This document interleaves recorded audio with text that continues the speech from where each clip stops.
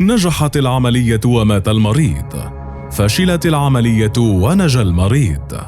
بين روسيا من جهة وأمريكا ومعها أوروبا من جهة أخرى، كثرت مباضع وأسلحة الجراحين وجيوشهم وأسلحتهم. والمريض إن مات هو بلد كان يوما اسمه أوكرانيا قبل أن يبتلعه الروس، وإن نجا بات بلدين وربما ثلاثة كانت بمجموعها يوما تسمى أوكرانيا قبل أن يقسمها الروس والغرب ويفككوا ترابها. فبكل بساطة الحقائق العسكرية على الأرض تحكي قصة جغرافيا جديدة وبلد جديد على الأقل سيظهر على بعض من أطلال أوكرانيا. ولا أدل على هذا مما نراه من إجماع ساسة موسكو وجنرالاتها على أن انطلاق المرحلة الثانية من حرب روسيا على أوكرانيا والسعي للسيطرة على شرق وجنوب البلاد قبل التحول إلى حدودها الغربية مع عزل الداخل الأوكراني تماما عن محيطه الحيوي، ما يرسم جغرافيا جديدة تفكك التراب والناس وتؤذن بتقسيم أوكرانيا إلى دولتين على الأقل. وقال الروس: يبدو أن أوكرانيا وأمريكا وكل الغرب تلقفوا رسالة أمين مجلس الأمن الروسي وأخذوها على محمل كل الجد، ليس فقط جراء النفوذ القوي الذي يتمتع به نيكولاي باتروشيف داخل الكرملين، بل لأن كل حقائق تحركات الروس العسكرية تشير إلى ما بشر به باتروشيف حول تقسيم أوكرانيا وتفكيكها إلى دول. ورغم أن أمين مجلس الأمن الروسي أنحى بلائمة التقسيم على ما أسماه سياسة الغرب وكييف التي ستؤدي إلى تفكك أوكرانيا إلى عدة دول، إلا أن تعليقاته بعد نحو 3 أشهر من الحرب باتت مؤشرا على عزم موسكو تقسيم البلاد من دون احتلالها مباشرة.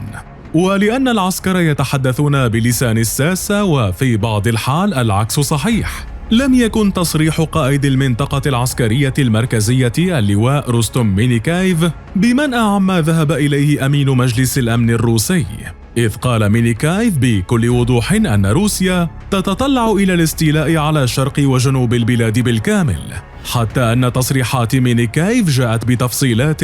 أبطلت أي تخمين واستبدلته بيقين أن أحد أهم أهداف المرحلة الثانية من الحرب الروسية على أوكرانيا تتمثل في بسط الجيش الروسي سيطرته الكاملة على دونباس وجنوبي أوكرانيا لتأمين ممر بري لشبه جزيرة القرم، ما يشل المواقع الحيوية للاقتصاد الأوكراني ويوجه الضربة الكبرى لوحدة التراب الأوكراني. الحرب تنقل أوزارها. في وقت اعتقدت أمريكا والغرب أن الرئيس الروسي فلاديمير بوتين قد يعود جارا ذيول الهزيمة والخيبة بعد فشل هجوم قواته على العاصمة كييف، إلا أن موسكو قلبت الآية لتغير من أهداف الحرب التي توقعها الغرب، فعادت روسيا لترفع من سقف رهانها في غزوها لأوكرانيا من خلال نقل أوزار الحرب إلى المرحلة الثانية من العملية العسكرية. ومع الوقت بدأت أوكرانيا تفهم أن ثمن هذه المرحلة سيكون مكلفا ليس فقط لكييف وإنما لبعض جيرانها وعلى رأسهم مولدوفا. وبالنظر إلى الحقائق العسكرية الميدانية، فإن السيطرة الكاملة على دونباس في الشرق وجنوبي أوكرانيا مع توفير ممر بري لشبه جزيرة القرم سيشكل تقسيما حقيقيا لأرض أوكرانيا وربما إلى الأبد، خاصة وأن احتلال الروس جنوبي أوكرانيا يعني حصولهم على الممر المطلوب للوصول إلى ترانسنستريا التي كانت ضمن مولدوفا قبل أن تعلن انفصالها عنها عام 1991. ولرسم حدود هذه الدولة الجديدة الواصلة بين جنوب وشرق أوكرانيا والداخل المولدوفي باتجاه الحدود المتاخمة لجنوب غرب أوكرانيا، تواصل موسكو حربها في أوكرانيا التي وصلت بها اليوم للشرق والجنوب حتى تتمكن من الوصول إلى الحدود الغربية لأوكرانيا، ما سيوقف حلف شمال الأطلسي الناتو عن إمداد كييف بالأسلحة والتقنيات العسكرية. وعلى الأرض لتحقيق الهدف الجديد تنفذ جيوش روسيا اليوم عمليات دقيقة وربما متأنية على طول خطوط المواجهة، ما يؤمن تدمير التحصينات وقطع أي إمدادات قبل المضي قدما للدخول في عمليات تقطيع الأوصال بين المدن والأقاليم الأوكرانية، خاصة وأن جيش بوتين الذي احتل منطقة زابوريجيا بالكامل وأخضع منطقة دينيبرو بيتروفسك لن يتوقف قبل السيطرة على دونباس، ما يمكنه من الذهاب إلى الشرق والجنوب الشرقي ثم الجنوب، الذي تعرف روسيا أنه من وجهة النظر العسكرية أهم من كييف جراء وجود قواعد للناتو هناك، ما يعني حرمان الحلف وأوكرانيا من إمكانيات حيوية كبيرة.